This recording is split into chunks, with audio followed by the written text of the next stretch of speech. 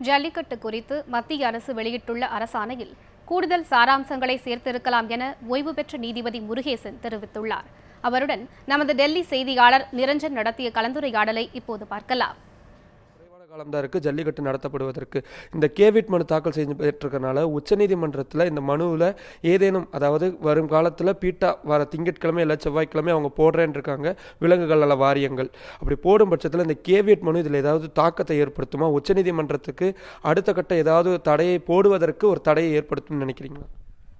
கேவியட்டுங்கிறது இடைக்கால தடை போடுறதுக்கு முன்னால் எங்களையும் கேட்கணுங்கிறது தான்.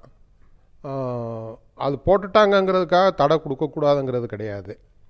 அதனால் உச்சநீதிமன்றம் ஒரு வேளை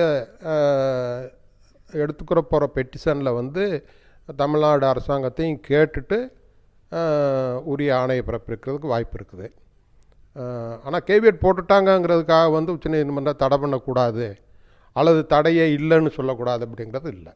இப்போது மத்திய அரசு இந்த அவசர அரசாணையை உடனடியாக இப்போ பிறப்பிக்காமல் உச்சநீதிமன்றத்தை அணுகி ஒரு முறையான வழிகளில் செயல்பட்டிருந்தாங்கன்னா இந்த உச்சநீதிமன்றமானது இதை இவ்வளோ பெரிய விஷயமா எடுத்துக்காது, இவ்வளோ பெரிய விஷயமா வந்திருக்காது. ஏன்னா இப்போ திடீர்னு ஒரு தடை உத்தரவு பிறப்பிச்சிட்டாங்க அப்படின்னா தமிழ்நாட்டில் மிகப்பெரிய அளவில் ஒரு பாதிப்பு ஏற்படுத்தும். ஸோ மத்திய அரசு இந்த விஷயத்தில் ஏதேனும் அவசரப்பட்டுட்டாங்கன்னு நீங்கள், அதாவது லீகல் வைஸாக ஏதாவது அவசரப்பட்டாங்களோ? அவசரப்பட்டாங்கிறது நாங்கள் அதை கமெண்ட் பண்ண முடியாது. அது ஒரு நல்ல முறையான அணுகுமுறையாக இருந்திருக்கும்னு நான் விரும்புகிறேன். அந்த மாதிரி இருந்திருந்தால் சட்ட ரீதியாகவே ஏன்னா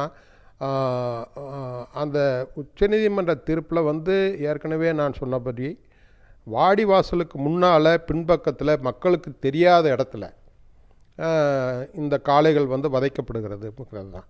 அந்த இதுக்கு ஒரு நாங்கள் என்னென்ன தேவையான நடவடிக்கைகள் முன்னெச்சரிக்கைகள்லாம் எடுக்கிறோம் அப்படின்னு சொல்லி உச்சநீதிமன்றத்தை அணுகி அதை அவங்ககிட்ட அதை மாடிஃபை பண்ண சொல்லி கேட்டு பண்ணியிருந்தாங்கன்னா இன்னும் சிறப்பாக இருந்திருக்கும்னு நான் நினைக்கிறேன்.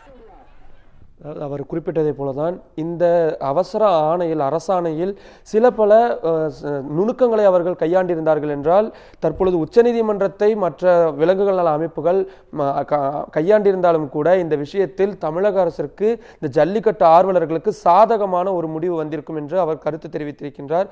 தொடர்ந்து இந்த வழக்கானது உச்சநீதிமன்றத்தில் வரும் பட்சத்தில் இதற்கான முழு பதிலும் உச்சநீதிமன்றத்தின் கையில் தான் தற்பொழுது இருக்கின்றது. புதுடெல்லியிலிருந்து ஒளிப்பதிவாளர் ரமகாந்துடன் நிரஞ்சன், News 7 Tamil.